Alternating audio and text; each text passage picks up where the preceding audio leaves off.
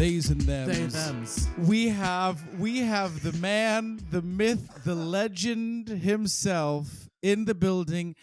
ECC, E. Clayton, Clay, Elliot Spitzer, CC Kellogg, Cornelius Hackle. We have him here, ladies and gentlemen. Jamal Hicks. Jamal Hicks the fifth. We have E. Clayton Cornelius with us. My good Judy. Yes. Pop and Jop. Pop, chop. Love it already. E. Clayton Cornelius, which is that is right. The E. Clayton Cornelius is the preferred name. Preferred correct? name for my acting, and Elliot Cornelius for producing. Okay, well, we got to talk about that. Strong name. I love it. Yeah. It's a really good name. It is Elliot. I don't know how my black parents came up with it, but they did. Well, I'm obsessed with Clay's mom. Obsessed with her. Tina. I don't even know. Well, I know. I don't even call. Her name is Tina. No, her name is Yvonne. You call her Tina. Oh my God, Josh. Tina Turner. No, she is gorgeous, and she's got the most gorgeous hair. I'm just obsessed with his mom. Folks, welcome to Creative Risk, where we talk about art, entrepreneurialism, and everything in between, which really is a perfect match for Mr. Cornelius, because he really is art, entrepreneurialism, and surely everything in between. I am going to read this bio, because usually sometimes we do it after, but I want to read it because I want y'all to hear what we're working with today. Okay. E. Clayton is a Tony-nominated investor and producer and a 25-year Broadway veteran. I like to remind him that I saw him in the revival of Music Man when I was in high school. He has a featured singer on the Grammy Award-winning musical theater album, Beautiful, the Carole King musical. He just closed the first national tour of Ain't Too Proud, where he was playing the role of Paul Williams, which I saw him do, which he was amazing in. But he actually first received the legacy robe on Broadway when he created the role and track of Richard Street, which is through that production that we met. He had been involved in that show for a long time, which we may talk about. He's currently co-producing on 2 Broadway shows this season, Spamalot, the revival, and the Who's Tommy revival, which I hear is just amazing. Some of his performing Broadway credits include The Caterpillar in Wonderland. You got to listen to song. I love it. Beautiful, the Carole King musical, Scottsboro Boys, A Chorus Line, The Music Man, Cat and the Kings, and speaking of kings, The Lion King. He also did Sammy Davis Jr. on the West End in Rat Pack, live from Vegas.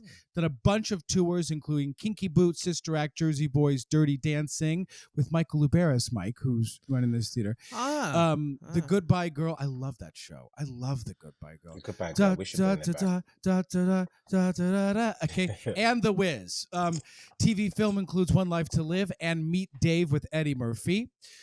In addition to his theater credits, he's now a 6-year Broadway investor and producer. And some of those investments and producing credits include Magic Mike Live, MJ the Musical, Caroline or Change, The Revival, Hadestown, and Ain't Too Proud. Producer credits specifically include New York, Little Girl Blue, which we worked on together, When It Happens to You, Little Did I Know. I do remember that, actually, Clay. Mm-hmm. And he was lead producer on Doug Lyon's Chicken and Biscuits. He's a proud member of BIV, Broadway Inspirational Voices, and a graduate of Point Park University. Okay, so that's it. We should all go home. We should go home now. I mean, that's it, bitch. That's it, bitch. That's it. That's all she wrote. That's it. That's literally all she wrote. I'm a tired motherfucker. Let's bleep that out. No, bitch. We don't bleep it out. No. Okay, but wait. This is why I love this podcast. Yeah. You don't understand how happy I'm thrilled I am to be like here. I'm like, these two crazies are going to be talking to me on Monday morning. Let's do it. With the love cup. Wait, let me. This is. I heard about this because I know you were produced Magic Mike. I was talking to somebody like this weekend about the EP or ECC for that. Did you hear about this? Like, this is like an infamous thing that happened. Somebody took a shit in the holding room. On the floor. Did you hear about this? What? Apparently it was like, because that was like a very, there was like a line around the fucking building for that. when they did the ECC, there was like hundreds of people were trying to be seen for it. In the holding room, randomly, somebody just noticed somebody took a shit in the corner, but nobody saw who did it. And apparently somebody shat in the holding room at the Magic Mike. I heard this story. This is in Vegas?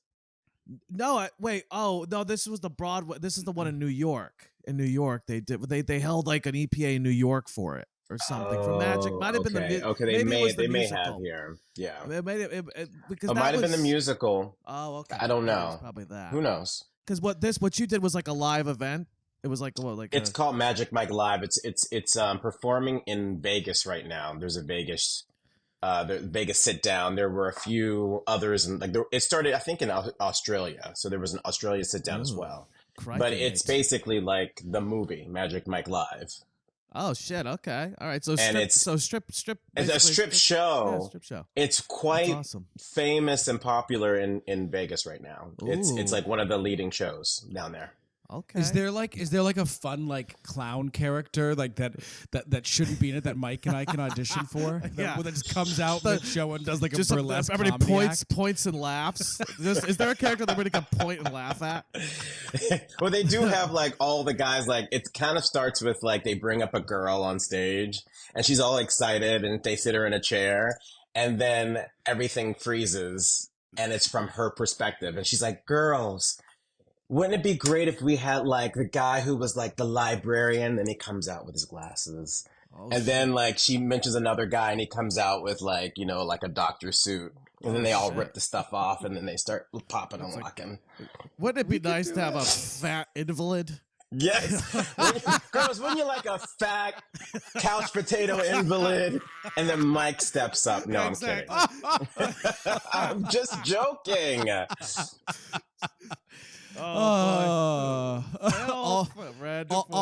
good jokes have some truth in them. Jeez Louise. How long is this going? Also, I want to talk. There should be a duo. I'd come out right behind you. They'd scream even louder. I just want to see Joshua pop and lock. That's all I want to see. Put dollar bills between my rolls. Just like, oh my God. Listen. Well, actually, I saw Nasia Thomas, who's a friend of ours. Oh, we all know Nasia. Mm-hmm. Her name is Tati Nasia Thomas. Anyway, so she posted. I just hired her on something. Oh, really? Oh. Mm-hmm. What? I just gave 10 people jobs for May. Where's my ask? Yeah. Black folks only. You need to support us white people, Clay. Okay, we are out here scrounging, trying to pick up the pieces. Getting all sunburnt. Oh, jeez. Can't a fella get a break? Oh my God. Help a brother out. So, but also I want to go back to this because Clay literally just came off this tour, which he put in a shit ton of work. But I want to be clear, Clay was at the very beginning of Ain't Too Proud back in 2017. When was it, Clay? 2017 January is when we started Around a Table. And this show, in so many forms, has been in your life now pretty much nonstop. Yeah. For 7 years, including the pandemic. And again, this is how Clay and I first met, and then we vied to be dressing room buddies. And we're not telling the story about our fight. We're not telling that story today, okay? I wrote a paper about it. It's all right. He did. He wrote a whole. And Mike, don't you push on it. Don't push on it. So anyway, how does it feel though? Seriously, because you've been doing the show for 7 years, and you just finished out the whole thing with this killer performance as Paul, hard as fuck. How does it feel? It feels great to start an entity and complete it. That's rare that we have that in our industry. You know what I mean? That, especially if something's long running, that we tend to stay with it for a while and then we move on as we do. But it felt good to complete a whole Broadway run of something, get it to Broadway, complete the whole Broadway run, take a break from it as the tour went out, and then go back to it in a an upgrade, I would have to say, in a lead role, and then complete that tour to the finish line. So I feel accomplished, like, and I love the show, so It's an but I amazing feel show. accomplished. Amazing Yeah. show. And I got a lot out of it. And I think Joshua knows I'm created and producing a new like show off of Talk about that it. show. You got Talk to tell about it. Labad. You got to tell Labad, Okay. and also just for context before you go into this. Right. This is why in particular you're on today, because E. Clay is an actor and very much a producer, clearly, and thinks well outside the box. Do not put baby in a corner here, because not only have you taken this journey over the last 7 years with the show, but he's now built something beyond it that is already picking up so much steam. So talk about what this is, what the concept is, and where it's at right now, because it's super exciting. So the concept was, and this actually sort of went fast. I've been thinking about it for years as we were doing the Broadway show. I would always chat with you, Joshua, in the dressing room, and Midtown Men, the Midtown Men. We all know who the Midtown Men are, right? It's the sort of like show that the original boys created off of Jersey Boys. There was a big scandal. Lawsuit about them using, the Jersey Boys title in their name or whatever, but the producers at Dodger sort of got upset that they thought that they were utilizing their show in an illegal way and going out there and making money in this corporate world or private parties or performing arts world. And I've never heard about this. You never heard about that? No. Yeah, it was a No. big time like lawsuit, and they actually ended up settling out of court because they were in every right to put a show together as long as they weren't utilizing any of the original materials or logo and all that kind of stuff. Right. And so now the Midtown Men have been performing now, and it's still performed to this day. What's Danny's last name? Reichert. Who was one? Reichert. Danny Reichert, who created pretty much the Midtown Men, what they call themselves now, sort of retired from acting, I would have to say, and does this full time. He has these boys working. They tour around the country. Wow. They've toured internationally. They have albums of their shows, and they have made a lot of money and had a lucrative entity that they've created out of this whole Broadway entity called Jersey Boys, which Jersey Boys is its own thing. These are the four original. I just looked this up. So these are the four original stars of Jersey Boys, and they've just taken it and they continue to do Jersey Boys. Well, they continue to do they do their own story of how they got into Jersey Boys. You get what I'm saying? So they take it around and. So they don't sing necessarily from the show. They sing songs from the show, but they sing their own journey. They just utilize the fact that they are the original boys who made this entity and then went out. And now, everybody wants that in their living room. Oh, I want that private party, or I want that in our performing arts center in our hometown, or at our corporate, event. Wow. And there's tons of money to be made in these different markets. And they figured it out. And, they were a one-man shop. They did it all on their own. They did everything. But as we've learned how to put this type of entity together, we've seen stuff like, the boy band group, the doo-wop group, Broadway boys, all these different groups and stuff that are out there now have taken sort of like, this suggestion from them and they've done that. So I said, let's take it the next step. So I decided to take my idea of putting a corporate show of Ain't Too Proud, and I took it straight to Otis Williams. Oh, shit. And I said, wouldn't you like to do, since this show is closing, the equity portion of it anyway, there's going to be a non-union tour of Ain't Too Proud, obviously. It's going to continue. But our equity boys and the whole equity entity is done. So I said, wouldn't it be great if we use the alumni of this show, go straight to Otis Williams and continue the legacy of this by starting a corporate show and do all of that market that is unsaturated right now. And people are jumping at it. This is the thing. People are jumping. Cash. Because we hear all the time when we're out there touring or when we were on Broadway, oh, I want you guys to perform at my such and such, or, oh, wouldn't it be great to have you with my corporate event? And they've actually, when we were in a pandemic, they actually took the boys to a big corporate event. Some lady paid thousands to have those our group go down there. They picked certain people from our group. They went down there. They did a little performance or whatever, paid them well, put them up, and then brought them back. And the show made money off of that. That's so smart. Well, yeah, and because you have enough alumni now who've done those tracks. Totally. And who wants to do 8 shows a week? Why don't you create something where you can just do gigs and you have a cast A, cast B, cast C, and you're going in and out of things. You know what I mean? Exactly. That is awesome. Can I send him the deck you just sent me? Oh, totally. Yeah. That's he sent me this pitch deck, and it's an investor's deck. It's wonderful. And wow. Again, go ahead, please. No. So Otis Williams is presenting it. I can say that now because I just signed the contract.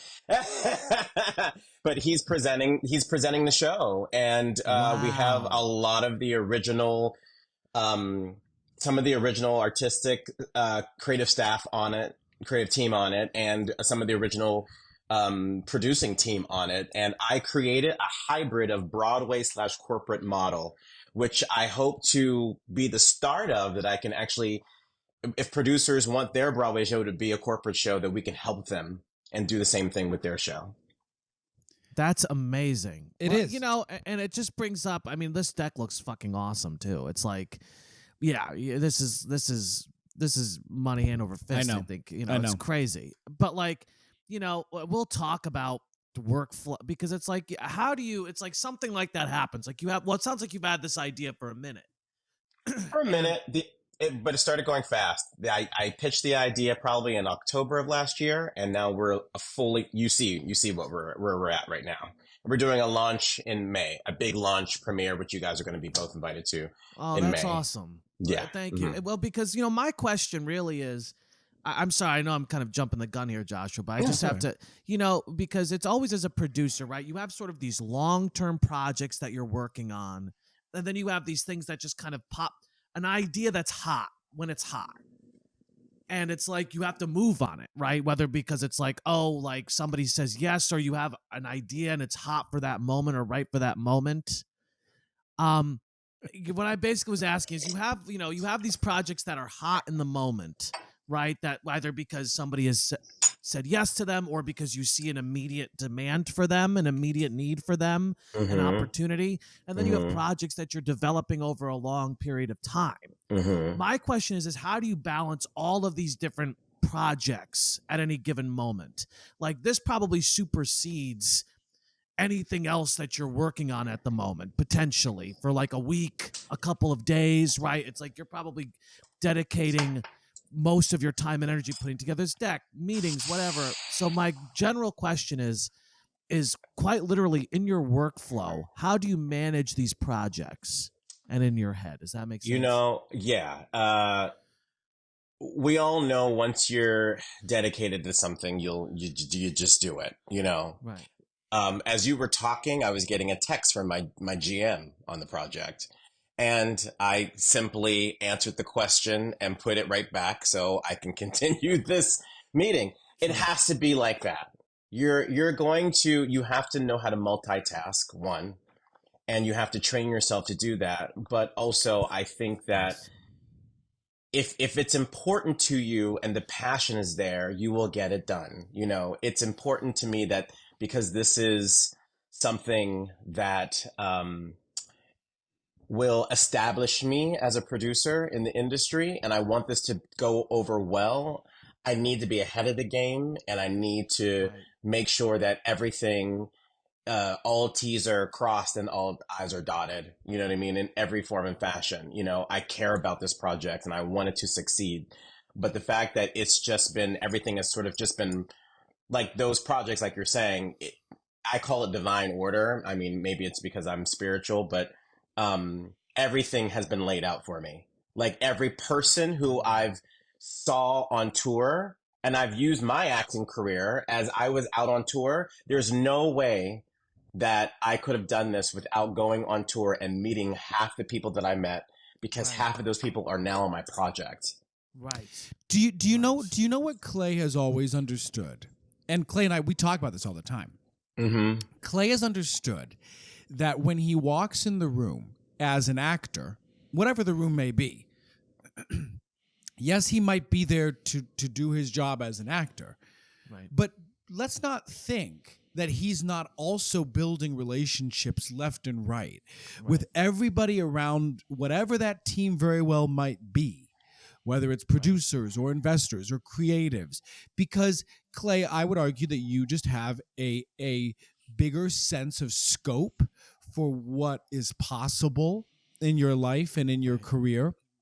And the reason why it it makes us so excited is because that's what we believe it really takes to sustain yourself in this business, because you just got off tour, and he just booked a big commercial, by the way, that's running, and he's making good money there. Sorry not to spell your business, but he's got that running right now. But I say it because what's he gonna do? Sit around and wait for Rashad? We have the same manager. Wait for Rashad to be like, here's an appointment for a production of Waitress in Milwaukee. Who the fuck cares? Clay wants to. Clay, you want to buy a bigger house. You want to have a family. You want to build sustain. I mean, that's what you want to do, right? I'm putting words in your mouth, but I'm guessing this is partially what motivates you to think well beyond your life as just an actor. Does that sound about right to you? Yeah, I was thinking about this because I knew you guys we would talk about this. I was thinking about it in my bathroom this morning. I was like, they're both going to ask me this question. I have some money in the bank, and I have money coming in for this month and next month. Now, when it comes to April, I'm going, what can I do in April that's going to bring me some money? Because even though I'm comfortable now, I need to think about when I'm not going to. And that scares me. The fact that because our business is so unpredictable, I'm always thinking 6 months down the line and creating all of this stuff so that I have money for that time. You get what I'm saying? Yeah. I knew that producing on Tommy and creating my relationship with Stephen Gabriel, who was our producer on Ain't Too Proud on Tour, was important to me, because Tommy wasn't going to get started until we're having our big opening this week, actually, Yeah. And I'm like, when would that money come to me? You know what I mean? I didn't know really pinpointed, but if we're doing well and we recoup by the end of the year, then that gives me money by the end of the year. But I had to start that process last year in the fall in order to know that I need to put all these little things in line so that whatever happens with them, maybe it'll make me comfortable, maybe it won't, maybe I'll hustle and do the next thing. But I literally have to do 3 or 4 or 5 different things to make sure that my future is brighter. It's crazy about that. And it's so opposite of what we're taught to do, which is let me just worry about now, paying my bills this week or whatever. But it's building budgets. And I don't know if you literally do that, but it's what I would take is thinking about, okay, what's June's income? What's June's expenses? Oh shit. I literally don't know how I'm making money in June. I don't know where money's coming from. Right. Well, I can't wait till June to address that. Right. I need to address that now. And it's something that it sounds so simplistic, but it's something that, look, most Americans, forget artists, most Americans are financially fucked. It's and don't know how to manage their money. True. And because that's pressure, right? That's very scary to look at and go, I don't know how I'm paying my bills in July. Right. And I make the acting thing sort of like the secondary thing. Let me put all these other things in line. Yes. So then I go, okay, now let me audition for, so that if I do have a lot of things going on at one time, great. I have a lot of money coming in at one time. If I don't, then the other things save me. You know what I mean? Right. I have got to bold, underline, italicize what you just said, which is if the acting thing is almost secondary when it comes to income, because how can you rely so heavily on someone else going, okay, I'm going to give you, we always talk about this, but now you have this job. It's not a sustainable way to consider how to manage your life. Clay, I actually think about, I won't say the name, but there was a person in Ain't Too Proud who used to come to Clay for advice. And this is someone who's done many a Broadway show themselves and was financially fucked. And Clay and I used to talk because we were like, what are they doing? Because there was no, I mean, even in the moment when they were making $10,000 a month, even when we were working and they were making good money, they were still in this huge hole. And it's partially because, per your point, Labbadia, people don't think, they think about the now. Oh, I hope I get my next little regional gig next week, as opposed to going like, okay, but wait a second.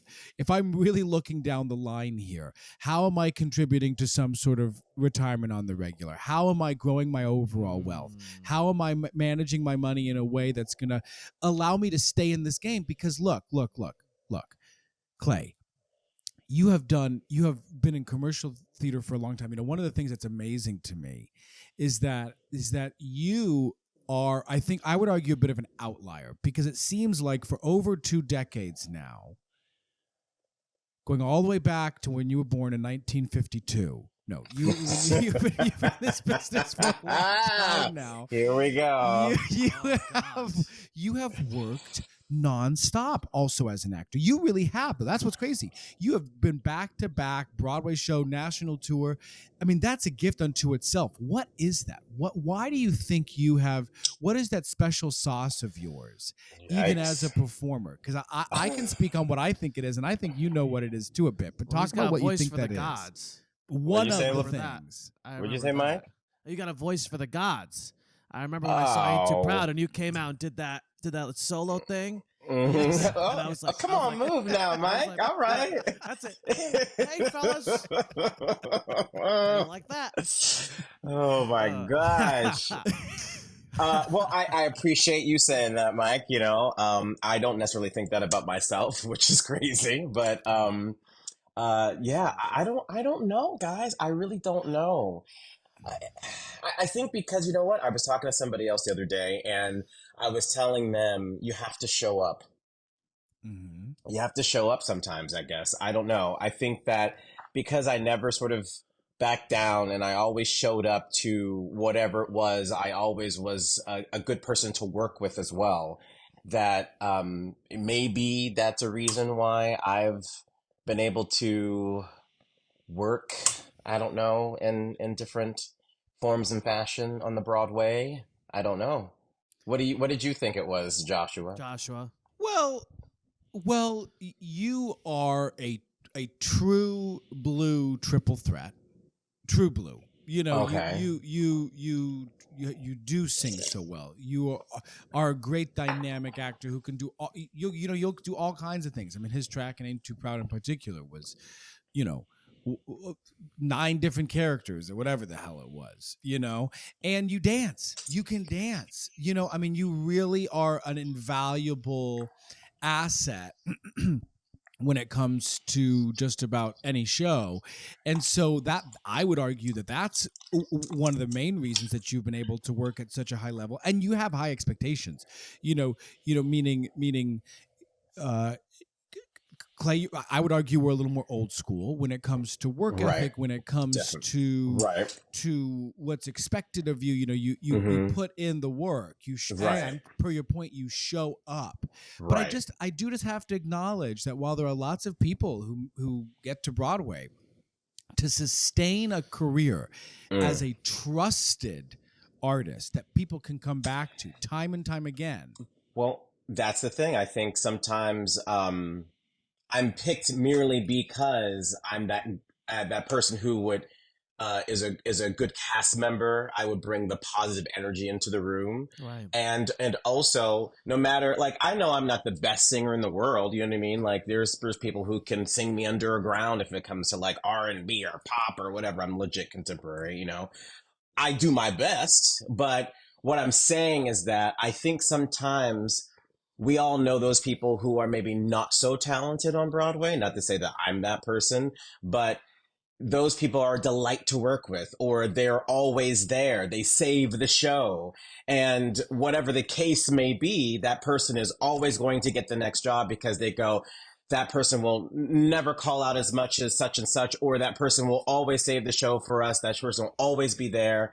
And I think that I ride on that line sometimes, maybe, and I think that, some of the things that I've heard is that, you're always there. You're always going to be great for us. You're always going to be, Reliable. I was reliable. I was the swing and a standby on a lot of shows.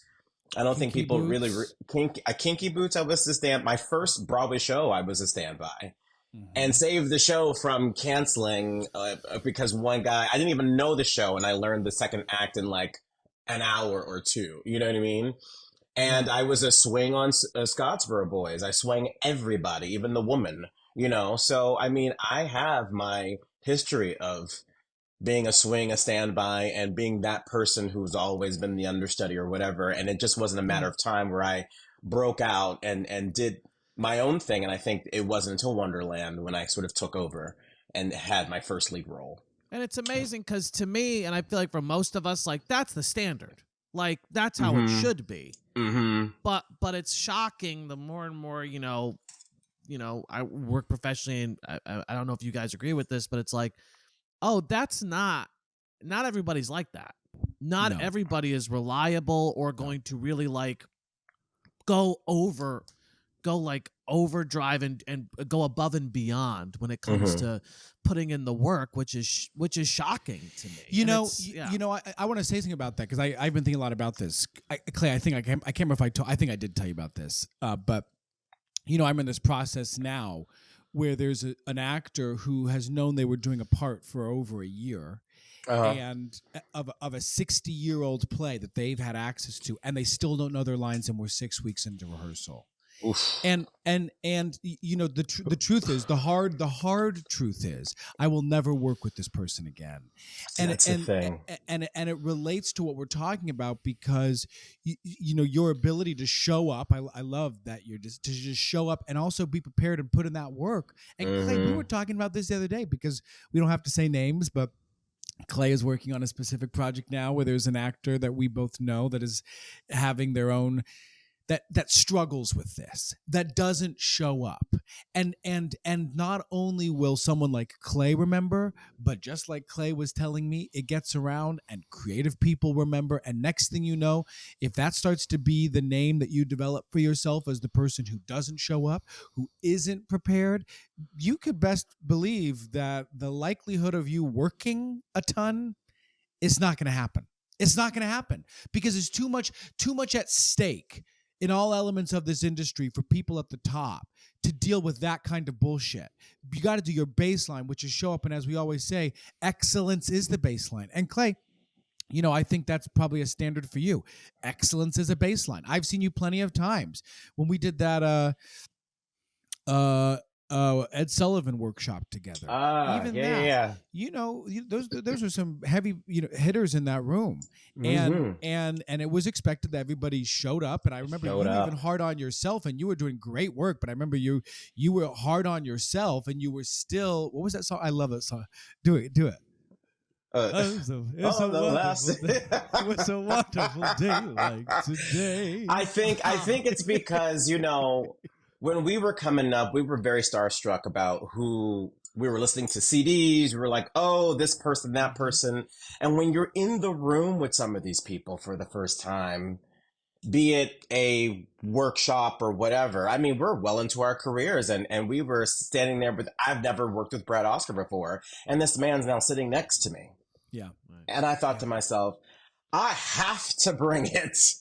If Brad Oscar is next to me, and doing his shtick, I need to fucking come, show up.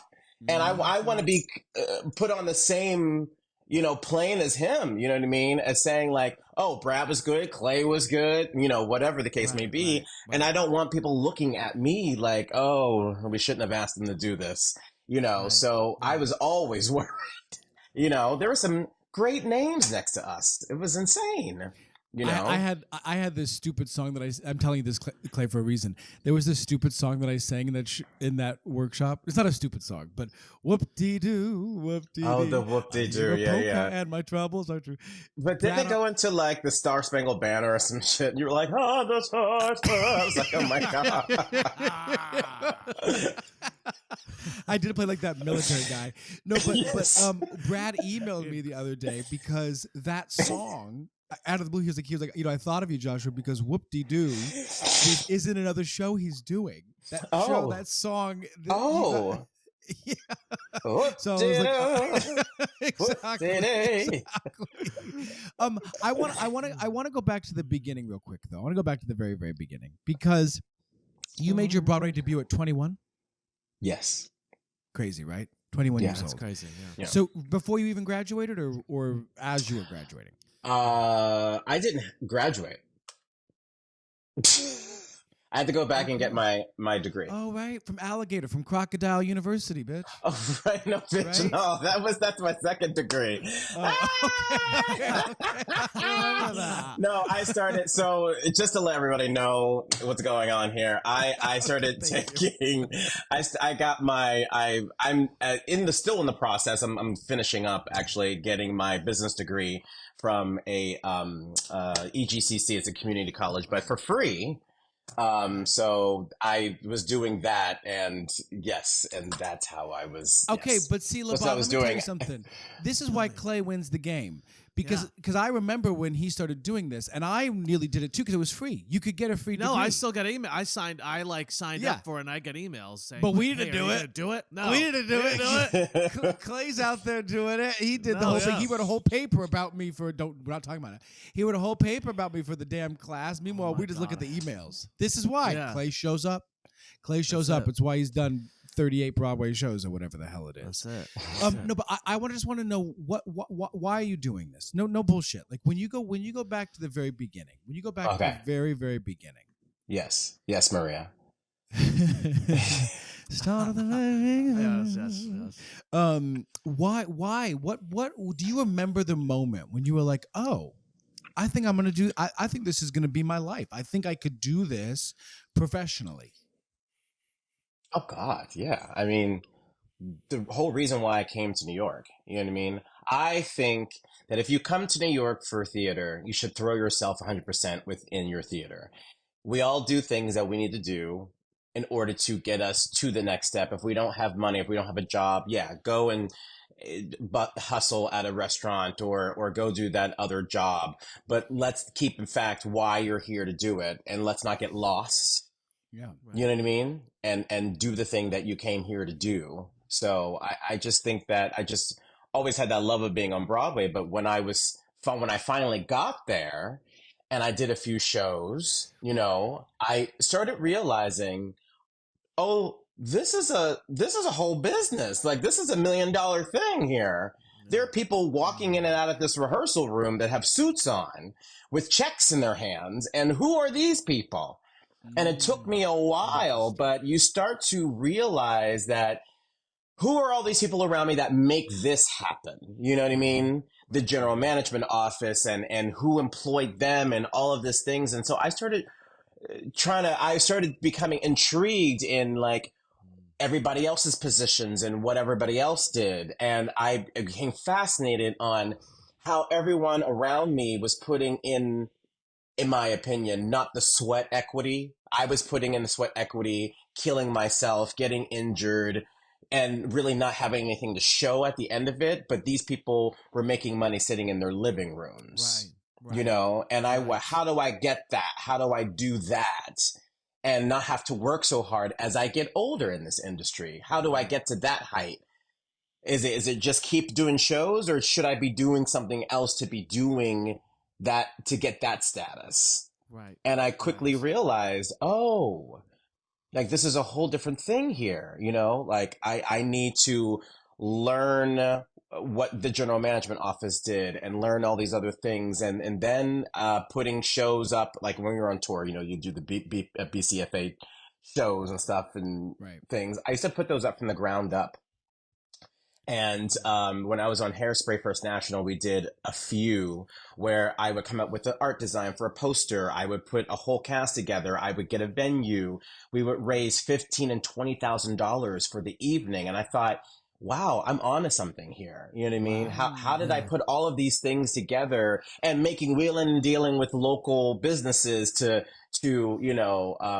fundraise with and all of that kind of stuff. Yeah. And it wasn't until I walked in the door for Ain't Too Proud, which was my first show where I said I have to be a part of this financially. Wow. Where I invested my own money.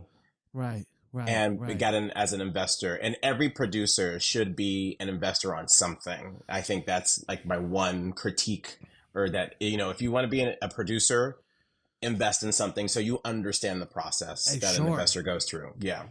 And when I hear you, it's funny hearing you talk about those little, what do you call the BVC? What do you call those little things that you produce? I'm not familiar with national tour stuff. BCFA, the Broadway AIDS. Cares Equity Fight AIDS. Oh, okay. Broadway Cares. You put together I remember. Yes, those shows on tour. You would do BCFA things, and that's awesome. No, I'm not familiar with that, but you would basically like bring those. You're not familiar together. with Broadway Cares Equity? No, Fights I'm AIDS? not familiar that on tour you like mount. No, I'm familiar with that. Yeah. I'm not familiar that on tour. Yeah, you would do cabaret nights. And sometimes because everyone is so overwhelmed with the show and traveling, that you would put together something in a bar and people would get together and they would put a song or two. You put a set list together. You go and you sing at the bar for the local crowd or the local LGBTQ community or whatever. It depends on what bar you're playing at. Sure. And you would do something. And sometimes there would be very low budget. Well, I had to make it bigger and better than that. So I would go out and get a venue, and I would go to the local organizations and go, let's put together an actual night together. So I would go to the local organizations, the AIDS organizations, and we would put together a whole evening where we put an actual show together with a lighting package, with a sound package and all of that. And I would have everything fucking donated. Everything. Well, you know what's coming up for me as you talk about this, Clay, which is like everybody has opportunities, right? Like we all have opportunities to leverage them to something else, right? And it takes I've experienced this like working at theaters or regional theaters or off-Broadway theaters. Like, hey, wouldn't this be fun if we did this? And they're like, oh, that's fucking dope, but they're not going to do it. Right. They're not going to actually do it. It's like if you have the idea, it's like, and for you to step up and be the one to be like, I want to make this, going to probably management, general management saying like, I want to make this bigger. I want to do something more special. They're probably like, great. They're not going to fucking do it, but like they're down for you to do it, and you taking those opportunities and leveraging them. That you've being on a national tour, then leveraging it into something bigger, into something else. That is something that we all, no matter what stage of your career you're in, we all have the ability to do that, and the opportunity to do that. We do. Do you know the point you're bringing up, Labbadia, that I think is just so valuable, and I think that we really need to underline that Clay's doing so geniusly. By being the person who also provides value and opportunity, not just to performers, but to other members of creative teams, to investors, to producers. Let me be clear. Des McAnuff, who directed Ain't Too Proud, is directed, Who's Tommy? And here's Clay raising money for it. Why am I saying that? Because it changes the dynamic of your relationship with the industry. Because if Clay ever wanted to go in for, little Timmy in whatever production of whatever, like Milk Cows in Heaven or whatever the hell the new show is called, then I'm imagining this. This is a pitch? Is this how what that This is? is the pitch, Clay. Yeah. You want to okay. produce this shit? It's Sure, let's called do Milk it. Cows Milk in cows Heaven. and honey. Just- Okay. I'm the There's us cow. with our Yeah, udders, exactly. Just It's just squeeze it. Mike and I center just covering- stage covering getting little milked. Timmy with milk. Yeah. This is basically Gutenberg 2, right? Okay, great. Gutenberg Yeah. 2 meets Pornhub, apparently. Yeah, Pukenberg. That they're called Cucumberg. Oh my But- gosh. So you want to audition for Little Timmy? Let me be clear. You know, you have a very different relationship with so many potential collaborators just because you are out there, you know, creating. You know, the problem that so many actors in particular have is we're all out here like, please, I'd just like a little bit of that slice of pie, sir. You know, and instead of like, you know, actually going out and creating opportunity, they're just sort of waiting for people. And that's and I just think this is really important to note because you are and have now positioned yourself already as a different player because people know you. You've earned your stripes as the dynamic, reliable, confident performer that you are. Your resume speaks for itself. And then on top of that, you are just saying, and now I will continue to make. And by the way, we see a ton of examples of this. Quinta Brunson, Issa Rae, Spike Lee. I'm talking about people who, you know, I mean, Right. and you're dominating in the theater scene. But here's the thing, you know, I when I first started, I mean, there's a lot of people who did not take me seriously who now work with me. A lot of people who I went to them and said, can you please teach me how to do this? Or I have this idea and I'm going out, reaching out, you know, as best as with the knowledge that I thought I had, put it that way, you know, to these people. And they were like, okay, yeah. Never took me seriously until all of a sudden they see that I'm a part of all these other things now because time has passed. And I've got the knowledge and I've gotten a little bit more serious and I probably had to do that all on my own. And that's why when people come to me for something, I try to help them as best I can because I don't ever want to feel shunned like how some people have shunned me in the industry. Right. And now I'm, if not toe to toe with some of these people, maybe a little bit higher on the totem pole than some of these people. Yeah. And it's amazing the calls I'm getting now. And I'm like, wow, this person like couldn't give two shits about me 5 years ago. And maybe because, yeah, you know. Okay, but do you know what you just said? You just said in a really important phrase. Right. Can you please teach me? And let me be clear what I mean about this. One of the things that stops people the most when it comes to pursuing anything new, right? Things that feel foreign is they don't know, and therefore they don't even ask the questions. Well, what does it take? You know, for as long as we've known each other is probably as long as you really started really producing. And I saw you asking questions. I saw you taking risks. I saw you failing. I don't mean fail in a bad sense. I mean, you know, doing things that you know what I mean? Like taking on things and like going like, I'm just going to try. Right. I mean, I'm thinking of that. I won't say by the name, but that one crazy producer on that one project. Oh, yes. I gotcha.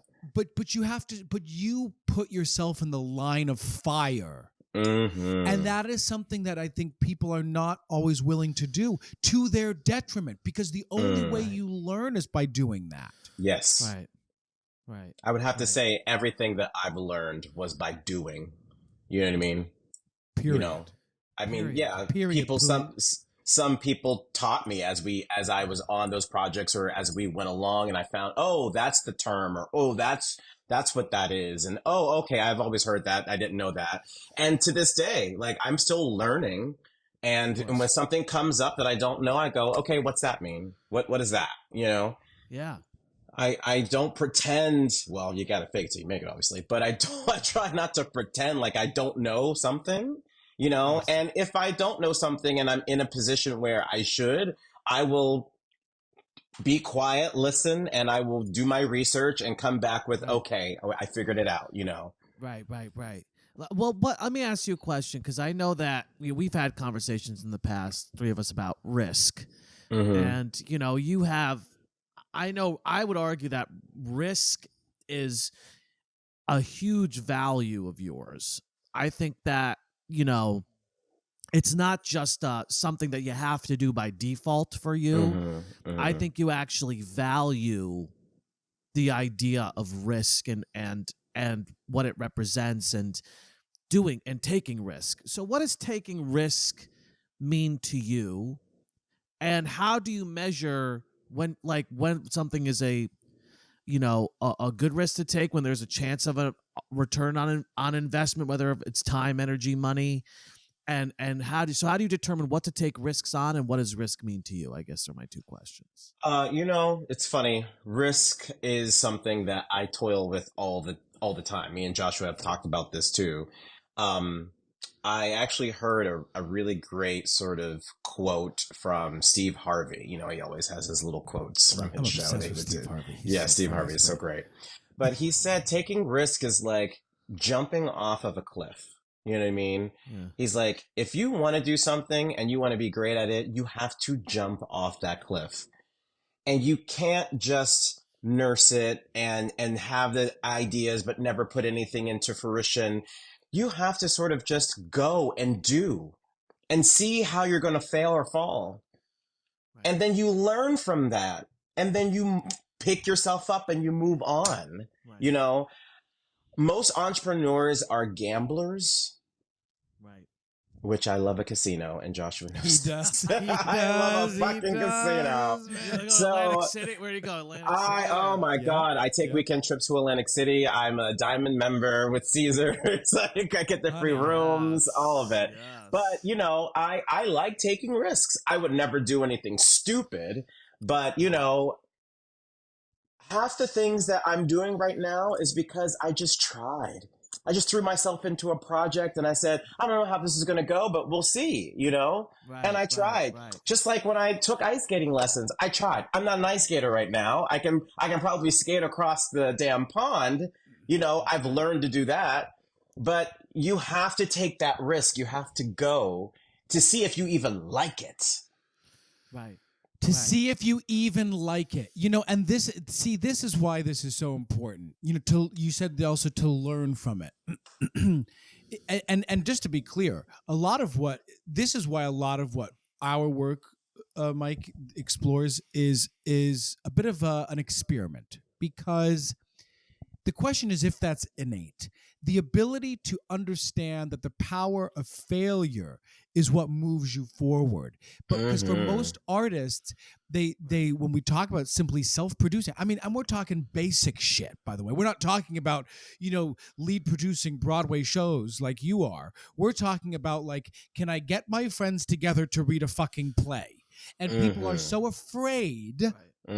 Because they don't understand, and even though they understand conceptually, God, I've got to take the risk of stepping into the unknown in order for me to learn and pick myself back up from the things that they can't even get there. And that honestly scares me, because it's not my personality, it's not Mike's personality, it's not your personality. But I really worry for artists, especially in today's day and age, that does require more from us. I worry for those artists who are so afraid of what you're talking about. Well, the reason why it's scary too is, taking it back to begin this conversation, is overcommitment. Boundaries are so big right now. Like, everybody's talking about boundaries, and I've never heard the word boundaries used so much than over the past 4 years. I feel like it's just always coming up. And it's scary because, when you jump off the cliff, now you get the text messages nonstop. Right. Now you're getting the emails at 2 a.m. Now you're getting and all of a sudden, you're falling doesn't just look, you have a real chance of, I think people are desperately afraid of being overwhelmed and ill-equipped. With responsibility, you're thinking? Because I know that I knew taking on this project that I'm doing right now would take over my world. And I was okay with that. And I have to even explain that to some of my friends who expect me to, give them a call back or right away or whatever the case may be. And I go, Clay never calls me back. He never calls me back. Oh my God, I'm going to fucking kill him. Because Joshua doesn't call anybody back. If anything, I over communicate. You know what I mean? I over communicate. But yeah, like the text messages are gonna flow through. Like, you know, just like I told you, I'm answering stuff as we're doing this, you know, as we're doing this interview. I'm answering emails. I'm looking at my text messages and things are coming through and I'm like, okay, I'll handle it after this. But it's a responsibility. You have to think ahead of the game sometimes, and you have to be passionate about what you want to do. But you never know how passionate you're going to be if you don't try, if you don't start it.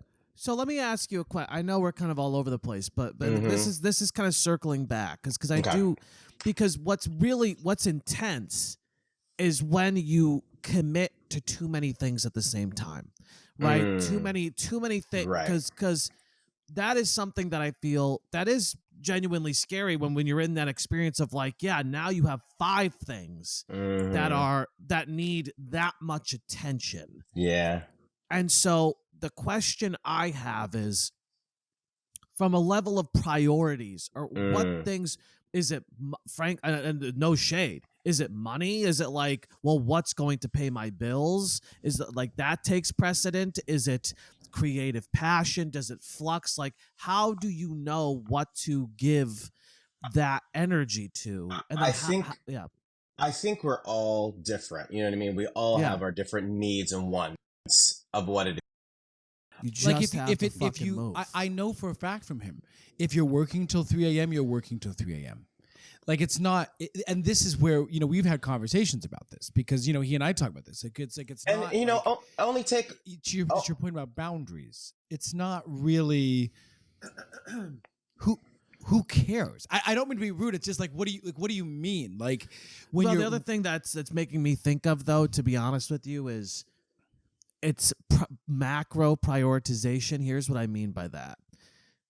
As opposed to having, this is the perpetuating argument that you and I have and try to understand. It's like when there's so many micro pieces, it's difficult, of course, to prioritize. Of course. Whereas when you're saying like this macro project, this big project that's composed of thousands of micro pieces, or when you're viewing it as these larger projects, you got to take on what you can take on. When it's like, you know, I get overwhelmed at times. Of course. Sort of action items. Right. I agree with that. It's funny. I do. Yeah. I mean, I think a lot when we talk about this. I do agree with that. Actually, I really do, and I do think there's a difference in like terms of thinking like I'm working on this project and I'm working on all these different pieces.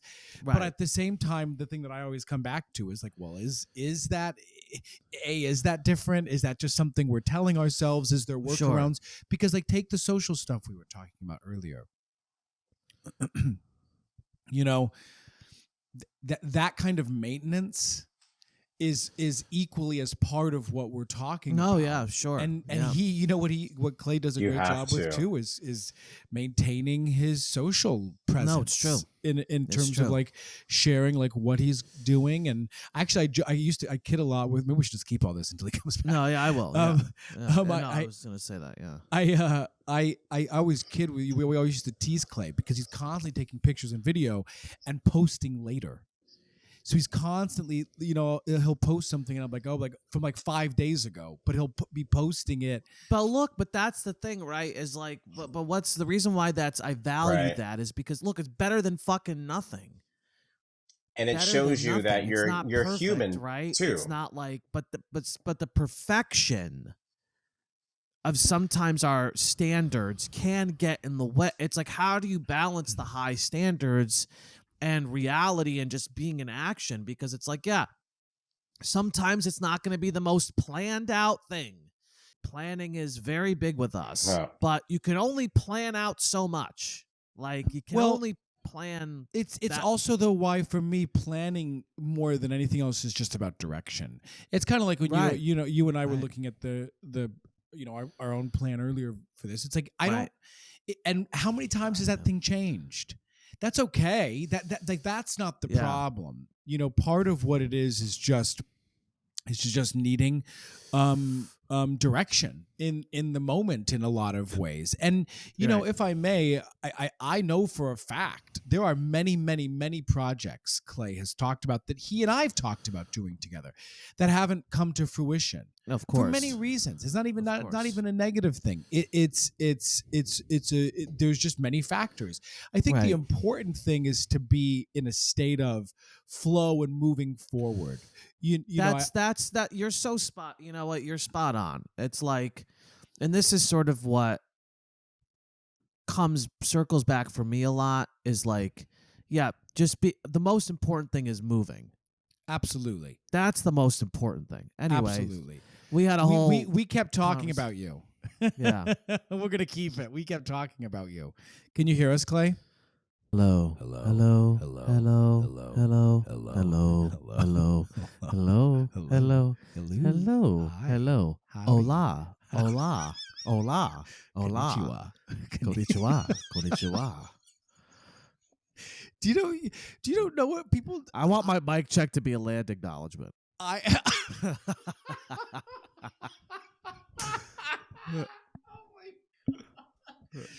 Wait, can I tell you something? Do you know that I am a hard laugh? I like people don't really make me laugh. You genuinely make me laugh. Oh, that's nice. Yeah, he said not sure what's happening. You genuinely make me laugh. No one makes me, people really don't make me laugh. And that's why I love Michael, my boyfriend, so much, because he makes me laugh too. But not many people make me laugh. I'm just not really I don't really find many people funny. You genuinely make me laugh. Oh, that's good. Well, yeah, I don't know where he's at, but it must be. I mean, we'll obviously be wrapping up soon. But I do think. But the other thing I'm taking away from this too is look, we know I've talked about this, Pat, but building budgets in advance. I think that's okay, what's June look like? How the fuck am I making money in June? And what am I going to start to do?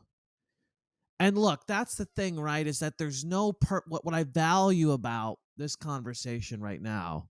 There's no perfect way to do it. There's no perfect formula to prioritize. There's no perfect formula to actually, it's like you have to be checking in, reviewing, going, and moving. And right. You guys hear me? That's Yeah, yes. we can hear you. Oh my God. I don't know what the hell happened. I'm so sorry. It's No, okay. that's we kept all right. talking. We kept talking. We still kept going with it. Welcome the home, funny baby. thing is, I Welcome was back. there listening to you, and then all of a sudden, you weren't there. I was there, I was talking, but you guys couldn't hear me or see me. Oh no! Sorry. That's all right. Screaming, I'm here. I would say stuff as you guys were talking, and then I quickly noticed you both were ignoring me, so I was like, "Oh, I'm not in this conversation." There goes the two white men ignoring me. Anyway, so we were talking about what were we talking about specifically that we kept going with, Clay, before you dropped out? It was about project. It was about how do you know what to give attention to? Right. I think it was when you have all these projects going on, how do you decide this one is going to get my energy? And you said it depended on, it's different for everybody. I think it's different from everybody. And do I get overwhelmed? Sure, because I take on sometimes more than I can handle. And that's why I had to get an assistant. For the first time in my life, I have an assistant helping me with emails and things because it's just too much, especially at this level with doing all these other Broadway shows and whatever. But I think you should take on what you can handle, And as you learn and as you take on one and you go, oh, okay, I can handle this other thing, take on that other thing. But you should know if I take on another project here, it's probably not going to be good. They're not going to get my full attention. I'm going to drive myself crazy, But take on what you can handle, But you just said it again. the only way you can learn about what you can handle is by doing. Right. I always say that thinking kills ideas, and I really do. You are a man of action. You are someone who has an idea and you enact it. And that, I would argue just at the end of the fucking day that is primarily probably what separates you from just about so many others, because a lot of people have wants and the dreams and the ideas, but they don't allow themselves to be in a place of action for whatever the reason is. And that could be, it could be circumstantial, it could be mental, who knows what it is. It is a mental game. I actually, just to say this, and then, we could talk to you for hours. We've got millions of questions, but we'll let you go in a few. But mindset, Clay. What do you think? What kind of mindset do you think a creative entrepreneur, an actor, producer, a really creative, a director, what kind of mindset do you think they have to have in this industry? Oof. Mindset. You have to know what the bigger picture is. Mindset. Yeah, I think you have to know what the bigger picture is. You got to know where you want to go. You might not know exactly what you're going to be, who you're going to be, and what that is, but you got to know, like, okay, do I want to do Broadway shows? Sure. Have a goal and have a plan for that goal. The plan might vary. Once you start getting on it, it might take you left or right, but you have to have some type of plan and goal so that you have something that you're looking forward to, and you're focusing on that. And if you don't have that, then you're all over the place. Right. And let that plan, it might get diverted and it might take you to somewhere that you never thought possible. Yes. Right. Yes. I can't. Please. And when things are off, when things come off, when you're overwhelmed, when the coffers are low, when something, I would assume, frankly, that probably your spirituality also helps you throughout some of this, because it's like, it's what you say to yourselves in those moments of disaster. Yeah. I mean, I don't think this is a disaster, but for me, I mean, it's not necessarily a disaster, but for some, this is probably not a disaster. But for me, it did keep me low for about a week. I was up for a TV show. The tape went to the producers. I was very happy. I thought maybe I was going to get this. I knew I did a good tape. And then I was called back for another commercial, and I was like, oh my God, if I could have 2 commercials running right now and then a TV show and still doing the things that I'm doing, I was just very grateful. And I found out I didn't get either of the 2. Right. And which is okay, you know what I mean? But it left me kind of like, man, okay. What now what do I do? What do I, and I was like, brush that off. It's fine. You actually were in the finals for this. You actually were the tape that the producers were looking at. The next one's going to happen. Shut the fuck up. Be grateful for what you did and keep going. And then focus. Right. And that's when I throw myself into my projects. Okay, well, let's just polish up these other things that I'm doing, I hear you saying, first off, you have to have things to throw yourself into. Right. You have to have things that you control, that you throw yourself into. Yes. That's probably number 1. And then number 2 is gratitude. Gratitude is huge, and probably forcing it, even when you're not grateful, like forcing gratitude and not reading too much fucking, I mean, correct me if I'm wrong, but it's like, not reading into, what was it? Was it that? Was it? It's just go. It's just, being in move. It's like a shark moves or it dies. It's like, you just kind of have to value that and put that above is kind of what I hear you saying. Because again, Clay and I are close, and in the short time together, I've actually also been through a lot together. I just mean in terms of our own life experiences and happenings. And I'm thinking back now, Clay, on so many things so many other Broadway shows, so many parts, so many shows that you've been looking to produce, so many things that you have been, gotten close to that might not have panned out, or that just, fell apart for whichever reason. But it's okay. Meaning, it's all part of the process, and it all has to be additive to what you're saying, which is the larger whole. And again, just to lift up what you said, because literally as soon as you disappeared from what we were talking about, the importance of goal setting, if for nothing else, direction, if for nothing else, to go, how am I putting my time and my resources into my life? Okay, I really don't want to respect time. Okay, just a few more quick questions. Number one, I do want you to speak to this, because I think this is interesting. Being on the other side of the table now, what are some things that you think actors don't understand when it comes to like the practicalities of making art? What do you think they don't get? I was thinking about this the other day, because I don't really want to talk too much about it, but I can censor things out too, by the way, names or whatever.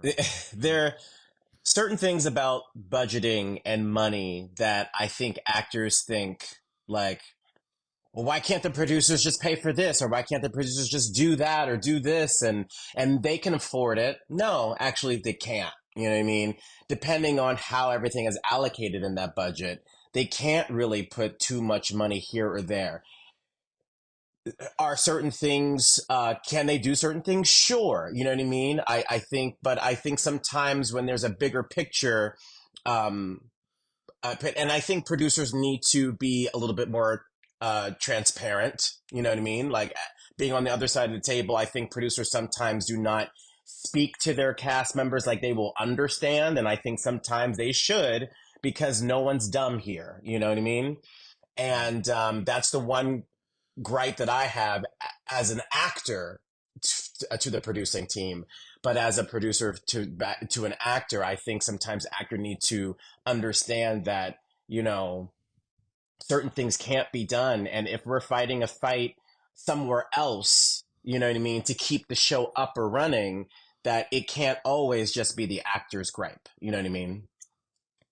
Well, and what's fascinating is we forget that producers are not making money until we recoup. Like, no one's really making huge amounts of money unless you're Hadestown, unless you're, so when you get into these, I would have to say producers love people who do understand the process, because, when you're in that new thing, everybody pitches in. That actor who didn't really take all that much in the salary, you know what I mean? Like, they could, if they went $500 down more, okay. Now, but that producer got you on the next thing. When I tell you, when I went over to the tour of Ain't Too Proud, and Joshua knows this, I didn't understudy none of those boys and I was asked all the time, can you be an understudy? I never understudy anyone, because I knew how busy that would be if I were an understudy, and I just did not want that, because I wanted to work on my other stuff. And that's a part of saying, like, I don't want to overwhelm myself. I know what I want to do, so I'm going to focus on that. Right. Then I said, you know what? Call me when you're actually offering me the track and we'll talk. But I always supported them. I never argued about anything. I tried to be on their side the whole experience, and they appreciated that. And now that I got to the tour, it was like, now it was time for me to negotiate my offer for that role. And they pretty much gave me everything I needed and I wanted, because they were like, it's Clay. Right. He was there for us, and now we can give him all these other things. He showed up. The Clayton Cornelious story. I mean, that's the name of the memoir. He showed up. And I'm serious. I mean, that's the theme of what we're talking about today. Clay, I think I think the world of you, and I think that you are the definition of clearly a successful creative entrepreneur, actor, producer, but also the future. I think you really represent the future of the industry. I mean, what I mean by the future, I mean by what we all need to continue to consider if we want to be doing this well into our 80s like you. So we always end every every episode. I say that, but you should see, Labbadia, if we had to do a third of this dance steps that Clay was doing on the tour, we'd have a heart attack. I'm not making the jokes. We'd be. I'm 80 at heart. Literally, my heart. If you took a scan of my heart, it looks like it's 80 years old. So we do comfort food performances every episode, and so comfort food performances, just so you know, Elliot Spitzer, is essentially performances that we love that would come back to time and time again. Although I sort of morph it just into whatever performance I really like. So we wanted to get your comfort food performance. We'll start so you get a sense of what we're talking about. Just a favorite performance, just a performance of yours that you love. It could be mine, or it could be mine. So my comfort food performance for this episode, I have been like on a Sex in the City kick. Mike, have you even ever seen an episode of Sex in the City? No. Yeah, exactly.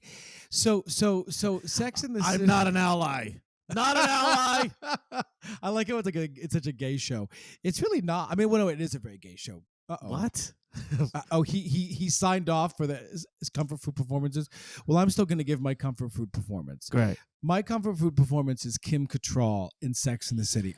She's so good, and you know what's funny is she's not. You can tell she's like not really an actor, and by that I don't. Before our millions of fans come for me, let me just say this: it's not that she's not an actor. She's clearly an actor. She's giving a great performance, but like I'm not going to put her in like Hedda Gabler anytime soon. You know what I mean? But she's so good in Sex in the City, and I love watching it, and it's genuinely probably by definition, comfort food performance. What's yours? I would probably say Willem Dafoe and Spider-Man. Have you ever seen the first Spider-Man with Tobey Maguire? Because Rosemary Harris is in that. Yes, I have, but also Willem Dafoe is the Green Goblin. Okay. I love Willem Dafoe. So good. He has a whole scene where he talks to himself in the mirror. He's just an amazing fucking actor, and he was also so good in Poor Thing. He's just great. But him in that movie, when I think about like favorite Willem Dafoe, I can go to that. That's just like a textbook performance. I thought it was fucking amazing. That's a good. William Dafoe's great. Kim Cattrall's great. I'm going to go ahead and give E-Clay's for him. E-Clay's comfort food performance is my performance as Shelley Berger in Ain't Too Proud. I just know that he would say that. What, he had to go? What, me? No, he had to go. Well, no, he probably dropped off again like he did before. He just dropped off. Yeah. I actually am trying to think of like what a performance. I don't know. He probably would agree with Kim Cattrall, but I don't know. E-Clay, you'll let us know, and we'll put it in an IG story. We love you, E-Clay. Yeah. Thank you so much. You were a great guest. You're a super dynamic, interesting artist. So I hope this was helpful for all, because it's helpful for us. I feel pumped. Exactly. Pump me up. I feel pumped. There he is. Pump me up, baby. Comfort food performance, E-Clay. Pump me up. I hate this internet. Jesus. But okay, we were literally we had moved on. We were about to even say goodbye. Give us a comfort food performance. Mine was Willem Dafoe and Spider-Man. Mine was Kim Cattrall in Sex in the City. Fuck, I don't know. Something you come to time and time again. I spoke for you, and I said I thought it would be my performance in Ain't Too Proud, Joshua Morgan. You know who's a fucking great actress? I'm going to say Dolly Parton. In what specific? In just anything she freaking does. I'm going to say Dolly Parton in 9 to 5. Okay. Any of those three ladies in 9 to 5. The movie. Jane Fonda, Lily Tomlin, and Dolly Parton. Great movie. Okay, well, you inspire. I'll add that to my watch list. Great. It's my LGBTQ movie night. Me and my dad. Thank you, Clay. You're the best. We love you. You rock. Where can people find you? At what? At @Claycorn, and that's it. At @Claycorn on all things. On Instagram, all things. OnlyFans, X, wherever you need to find him. Exactly. Daddy's Big Bottoms. You Rumble. go to that, at @Claycorn.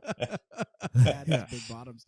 But watch out Daddy's for a Big press release coming soon for some things coming down the pike. Clearly, Hell always. yes. Clearly, always. Thank you for tuning in to Creative Risk, where we talk about art, entrepreneurialism, Big Daddy's Bottoms, and everything in between.